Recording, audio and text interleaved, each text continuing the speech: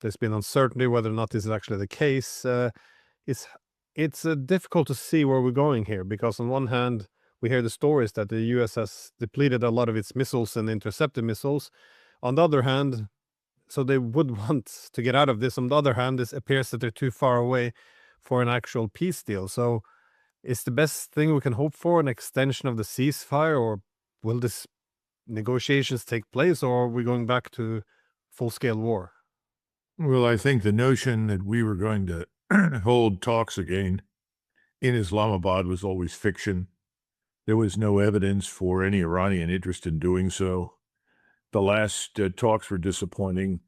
The Iranians showed up with 70 people, large quantities of data, information, maps, and so forth, in the expectation that there was an intention to negotiate and come up with some sort of mutually agreeable solution. There wasn't.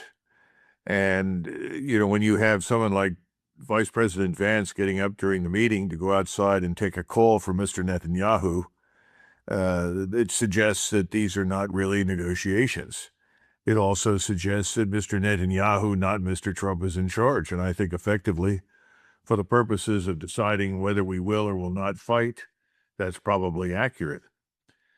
So I think President Trump was trying to calm the markets again. He's done this several times, said things that were patently false about the likelihood of the war ending sooner rather than later, and that the Iranians were desperate for talks when they weren't, conveying the illusion, I suppose, that we were somehow or another winning this conflict in the Persian Gulf. We aren't.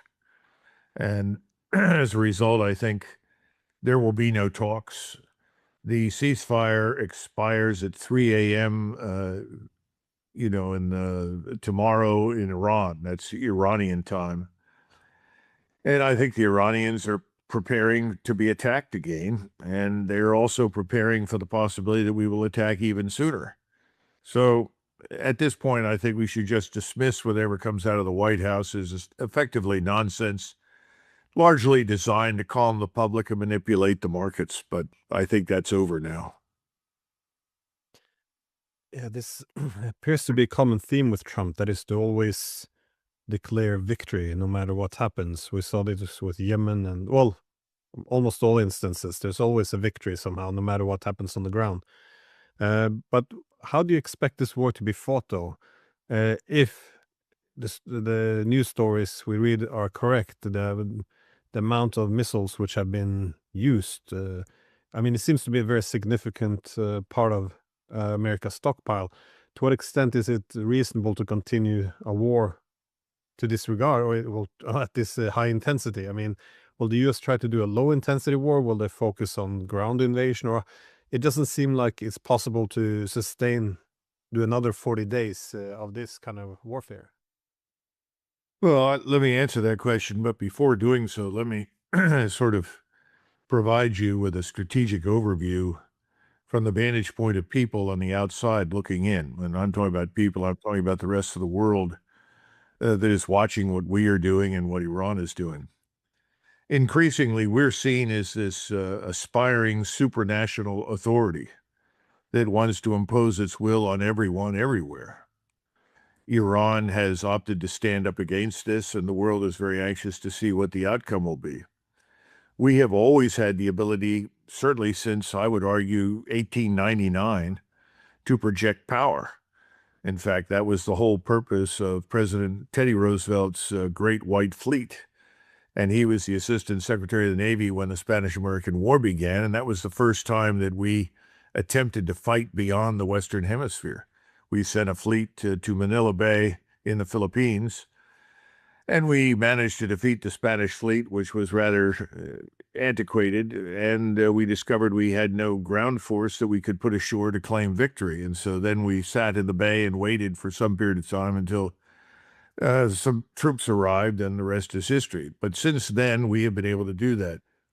We are not inherently defensive. We are a power that banks on the offense, the ability to attack beyond its normal limits in order to impose our power. Now, The Iranians are an inherently defensive power. They spend perhaps 1, maybe 2% of what we do on defense. And their investment has been in fundamentally defensive weapons. Contrary to the sort of unending Israeli propaganda and the propaganda by their agents that control our mainstream media, the Iranians can't really reach very far beyond their own borders. So they are in a strategic defense posture. And if you look at the two, one is operating 7,000 miles away from its logistical support base, its manufacturing support, and the other is operating essentially from within the boundaries of its own country. And as a result, there is a home court advantage, as we say in basketball. And the Iranians have invested very heavily in a new form of warfare that has reduced us to a position very similar to what was happening on the Western Front in 1914 and 1915. That if you try to move against Iran, you are identified, you are targeted, you are attacked from anywhere from 500 to 1,000 miles beyond Iran's borders.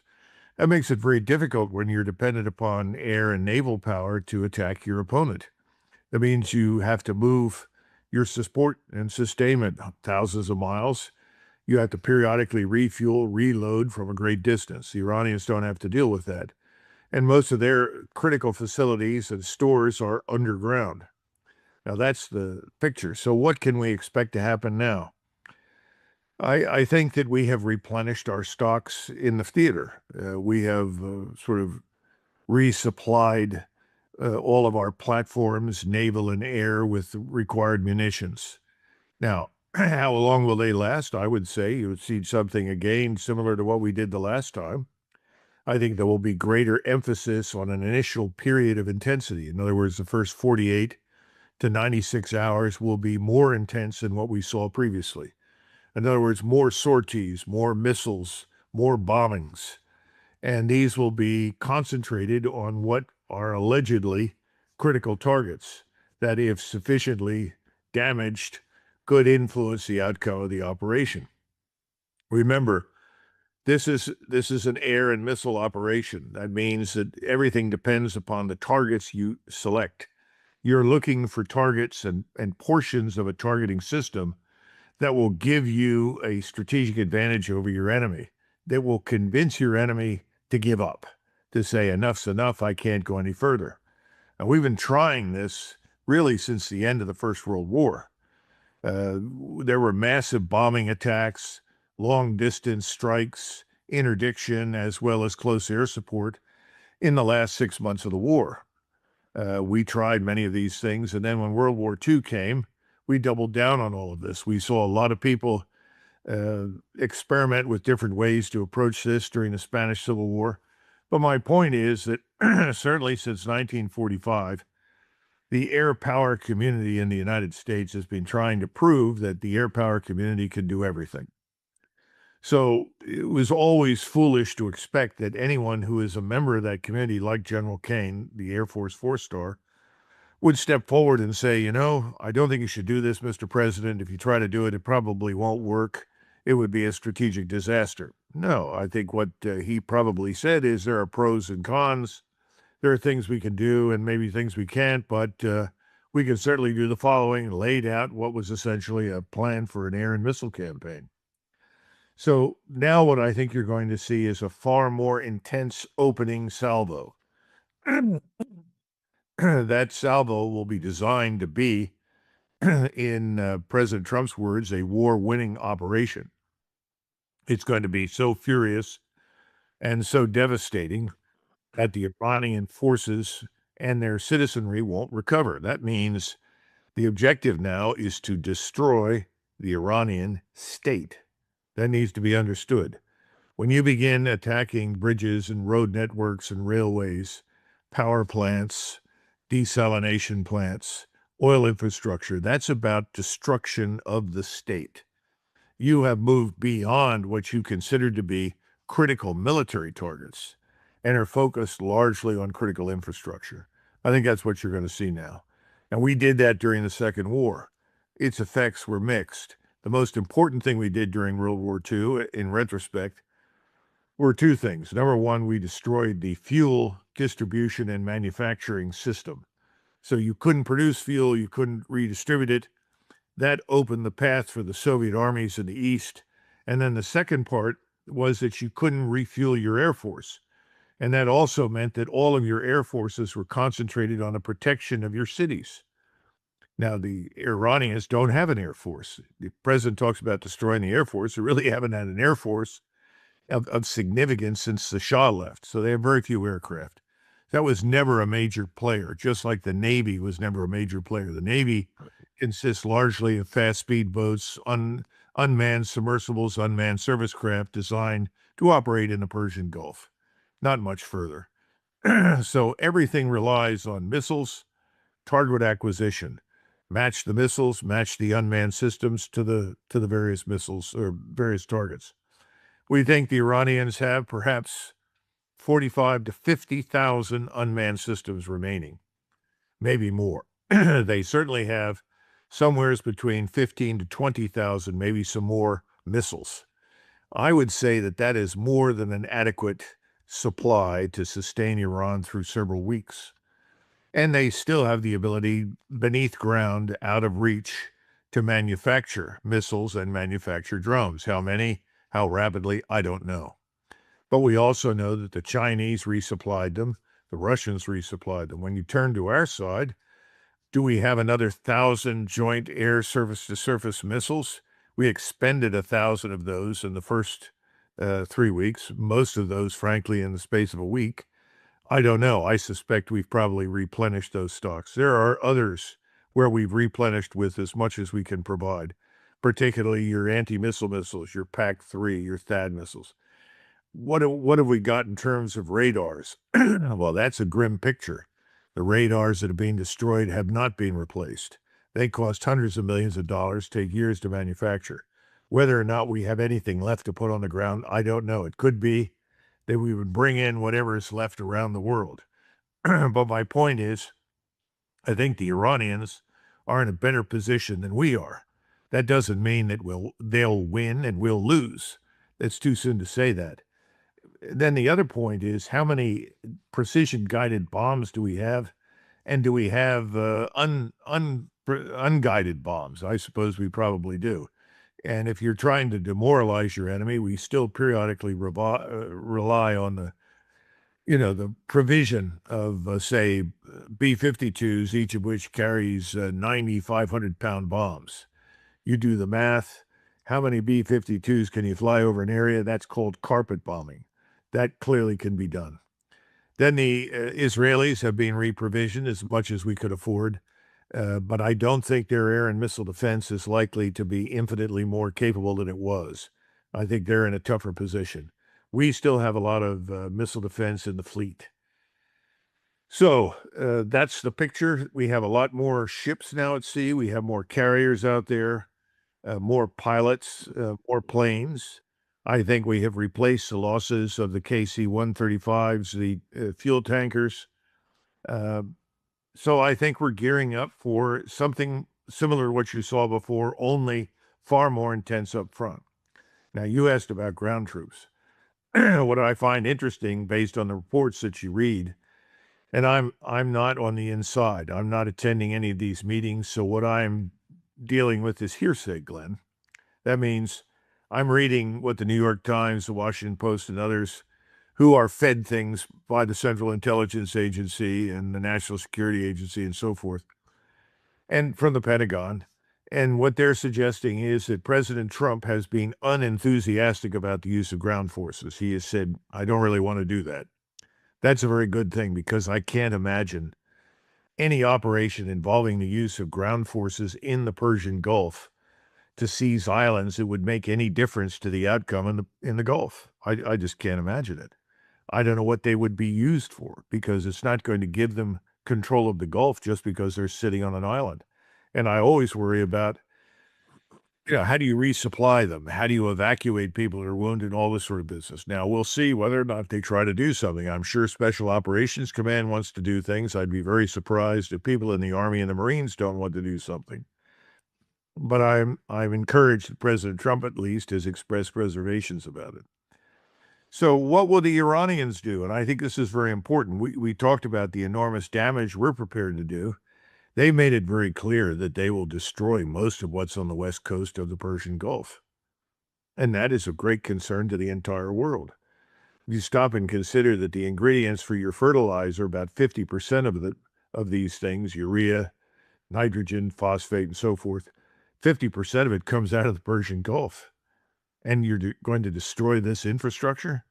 I think we're looking down the line at famine across the global south. It's unavoidable. We talk in terms of liquid natural gas and petroleum.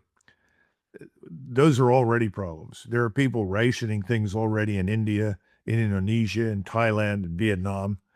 The cost of a barrel of jet fuel, I'm told, is now over $240 a barrel and rising. It's not even on hand. Apparently, Britain is going to run out of anything in about 2 weeks in terms of both jet fuel and heating fuel.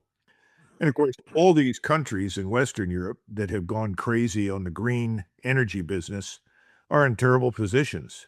And they've also shut down many of their nuclear reactors. Now, the French haven't, but the Germans have. And I'm sure this is an emergency status. I think what you're going to see happen in Europe now, governments are going to be overthrown. You're going to see new governments come to power. What can they do? Well, we'll see. I don't think they're going to be able to correct the problems very quickly because most analysts that have looked at what I would say the magnitude of destruction from the first round have said it'll take a year, maybe 2 years, if we were to stop now to recover in the Persian Gulf. And most people, understanding what I've just outlined to you, are concluding accurately, I think, that it will take 5 to 10 years to recover.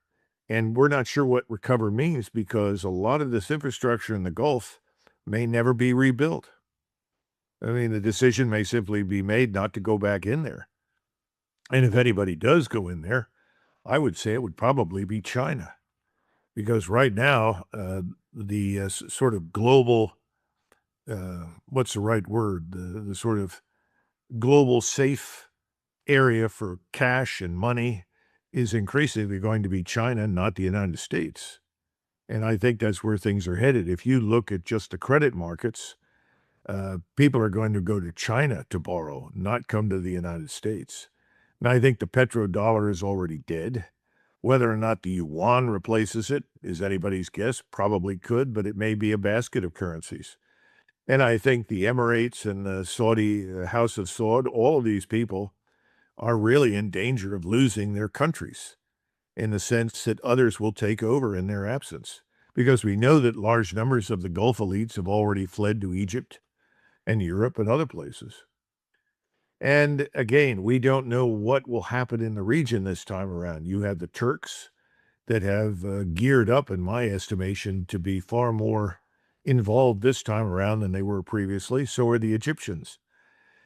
I don't see how Israel fares very well through all of this because whatever incentive may have existed in the past for the Iranians to exercise restraint no longer exists. And I think they've made that very clear. They're ready to go to a total war fitting. We've never done that. And the lesson of history is he who goes to total war fitting, certainly in the 20th century, has a better shot of winning if he does it immediately than the person who doesn't. Remember, we forget that Hitler did not totally mobilize the German state and nation and people for war until mid-1943. How could you possibly wage war on multiple fronts the way they did and expect to win?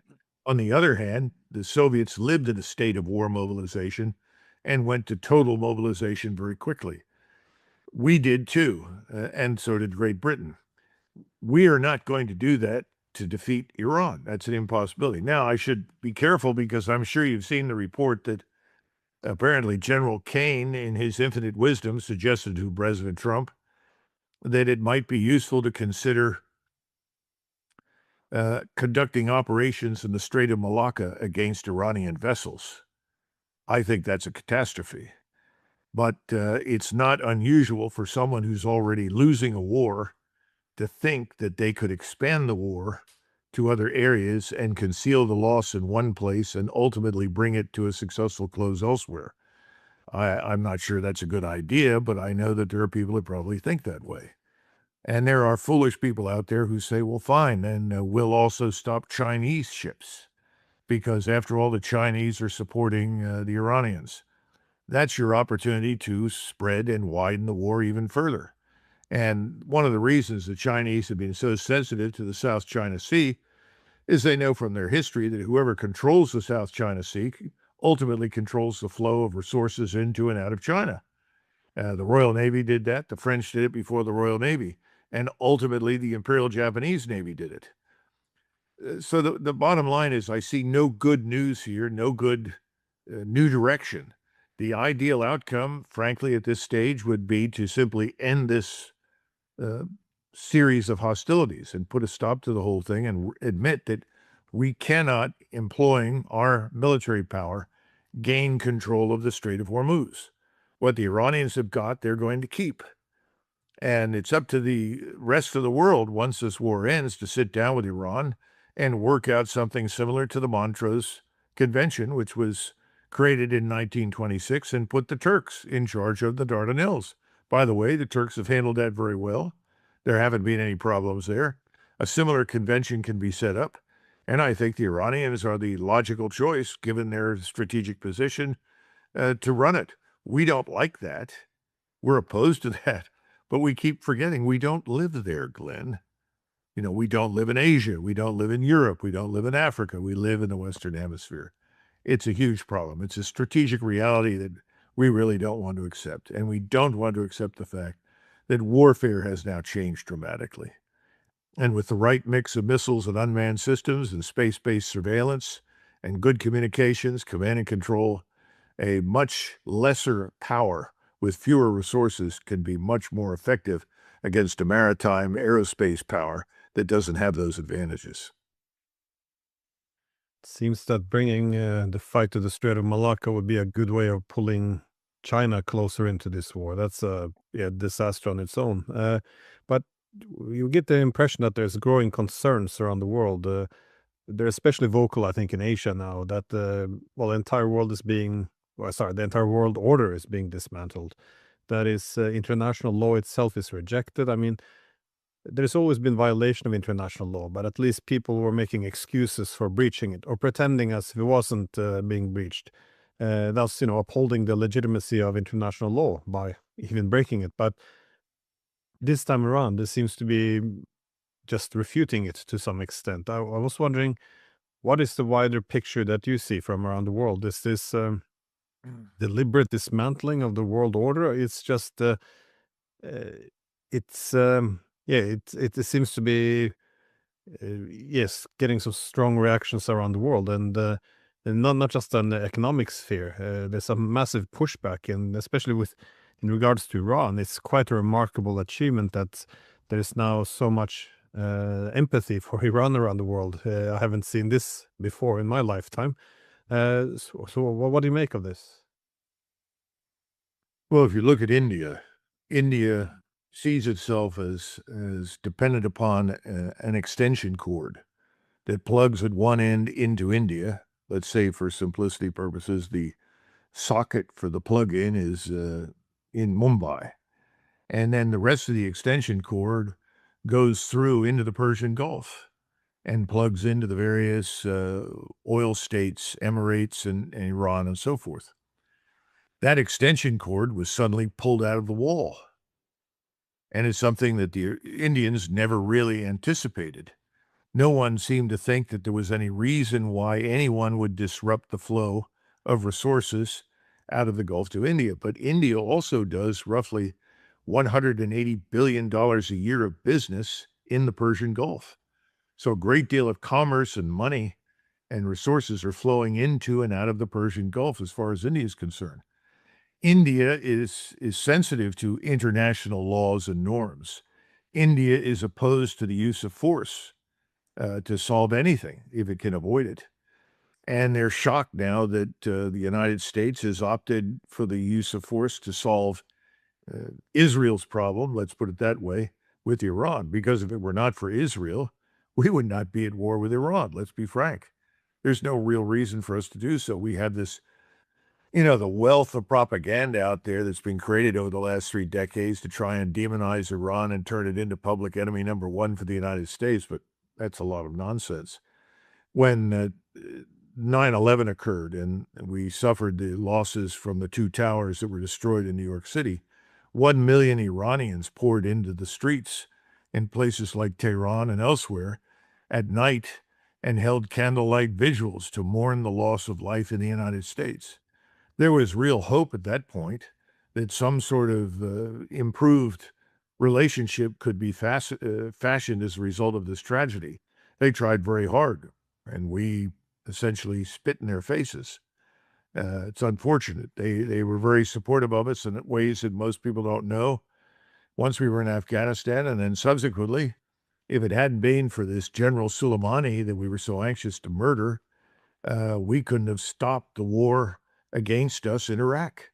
He was instrumental in going in, persuading the Shiite militias to stop fighting, picked up the imam that was responsible for leading the Shiites, brought him back to Isfahan, put him in a corner, and told him to study theology until further notice. Subsequently, when we fought ISIS, those Shiite militias liberated Christians, liberated Sunnis, liberated Yazidis, liberated Druze, anybody that was oppressed by ISIS. And they fought very hard with us, not against us. All of these things were swept away in favor of Israel's agenda. And Israel's greater Israel Project agenda is the problem. The destruction of life in Gaza, the destruction of life in so-called West Bank in Palestine, now the destruction of life in Lebanon. All of these things are inextricably intertwined with the desire now in Israel for us to destroy Iran. That's what it's all about. There is no particular reason why we should be involved. And how many times have you heard Americans stand up and say, we're not really dependent upon the resources in the Gulf? Why are we there? It happens all the time. But we've had this long-term agreement that enshrined the petrodollar as the currency for the purchase and bartering sale of oil. Now that's being destroyed. I don't think we're going to ever see that come back again. That's been a cornerstone in the edifice of our prosperity because we came out of the Vietnam War completely broken financially. We could not cope. That's the chief reason we came off the gold standard. And that also then made the petrodollar preeminent. This was Nixon's way of extricating ourselves from this terrible economic disaster that LBJ, President Johnson, and his friends had created in Vietnam. Well, all of that's water under the bridge now. I think we're out of the Gulf, and I don't think we're coming back. And that's why I said I don't think we can afford to go back, because we can't finance what's required there. Only China can do that. So this whole war has been nothing short of a disaster strategically for us. The intelligent thing to do now is end it, to step forward and say, this is the wrong instrument. We were wrong. We shouldn't have done this. We're going to try and find a different way. We're looking for help from others to help mediate this.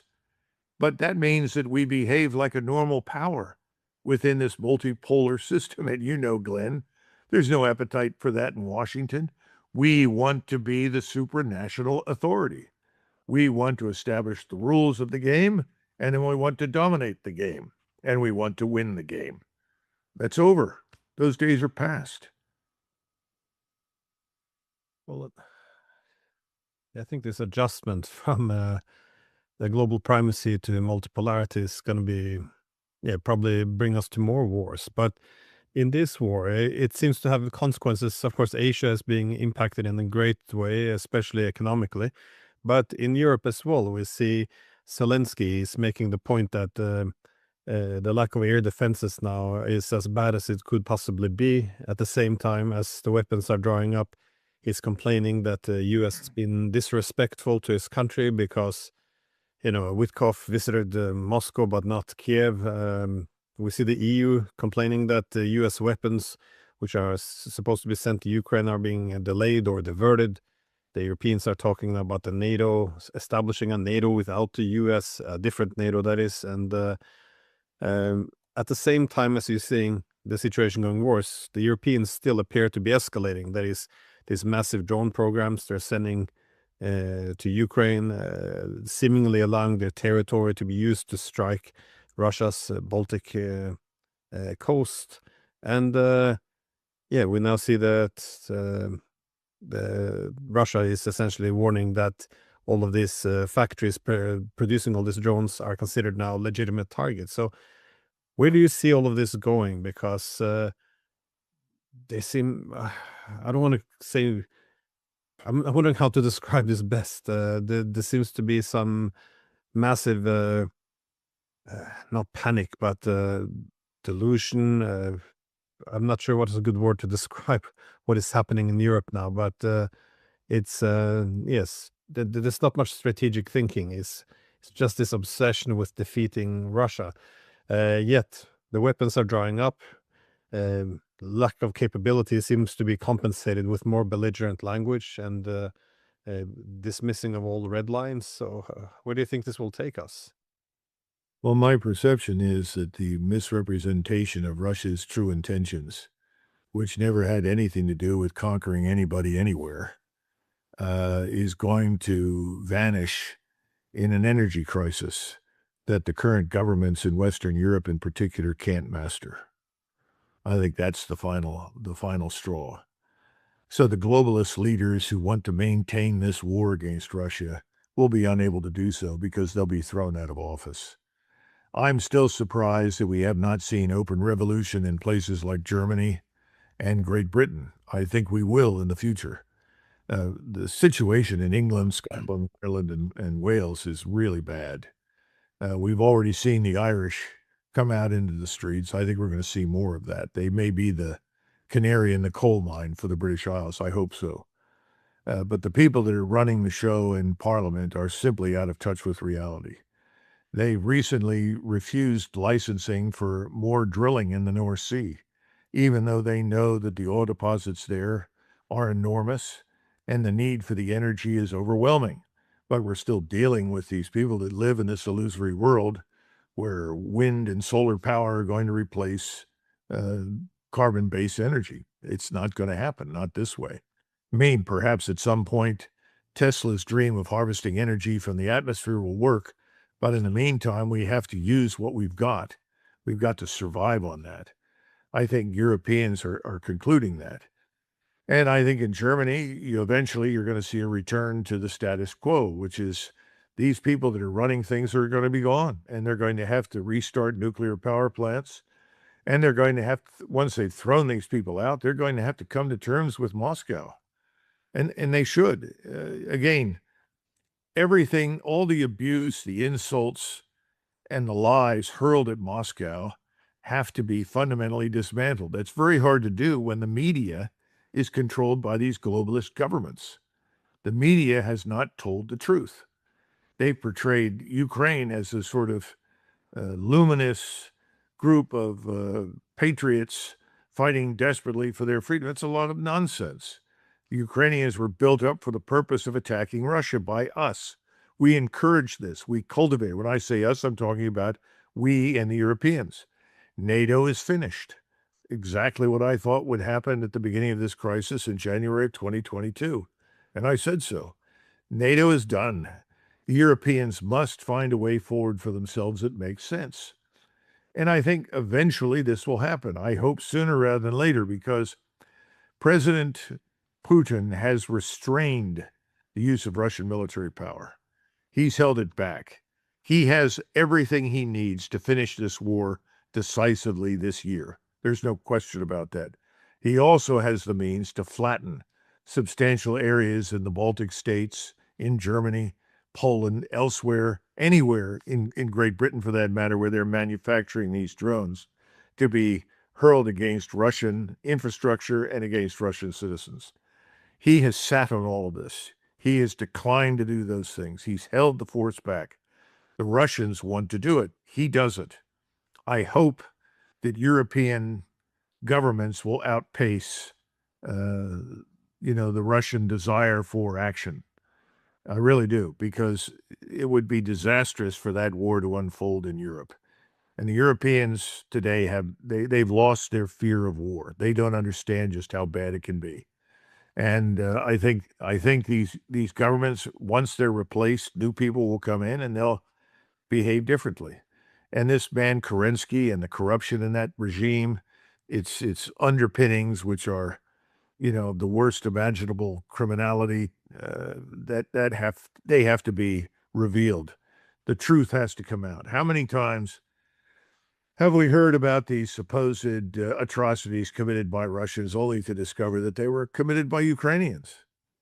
And that's not to suggest that in wars all sides make mistakes. We all know that. We committed terrible atrocities on more than one occasion. Most of the time they were accidental. Some of the time they weren't. But what the Ukrainians have done is unforgivable. And this has got to stop. And we have to stop them. Uh, I wish we would stop immediately. I had hoped that Donald Trump would pull the rug on that one. It turns out he's been unable to do anything. He is truly the prisoner of the Washington status quo. And I think that extends to what's happened in the Persian Gulf with Iran. The Congress has done nothing to really restrain him. And that's because they're all on the payroll. You have a few voices here or there, but the Israel lobby and its agents in the United States have ensured that the money flows to those that support Israel. Hopefully that will change. There is a vote this week on the War Powers Resolution. I hope that produces something, but I'm not optimistic. There's just too much inertia in the system. And Donald Trump, he cannot get past his 3 rules that he learned from Roy Cohn, I'm glad that other people have picked up on that. I waited a long time to talk about it because I'd hoped that would not be the case, but I think we have to be honest. It is his 3 rules of deny, attack, and twist everything into a victory. That seems to be the case. When I listened to the president, who was confronted with a question by a journalist, Mr. President, why did you put your face on the figure of Jesus Christ and then send this out? And he said, well, I thought of myself as a physician who was healing people. Well, that's absurd. He had an opportunity to be truthful. And what should he have said? I made a terrible mistake. I apologize for offending people. It was in bad taste, and I shouldn't have done it. I regret it. And I hope people will help me get beyond that. That's what should have happened. But he can't tell the truth. And just as we were talking before the show, I said the Iranians are not going to talk to us.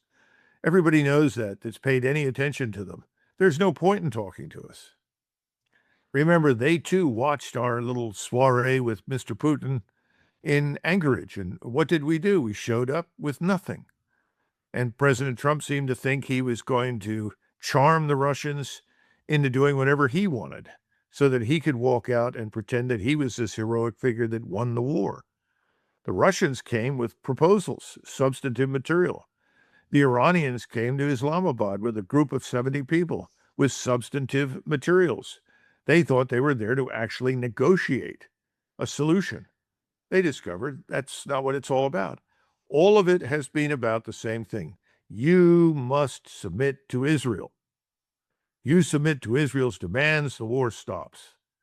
Well, here's a newsflash. That's not going to happen.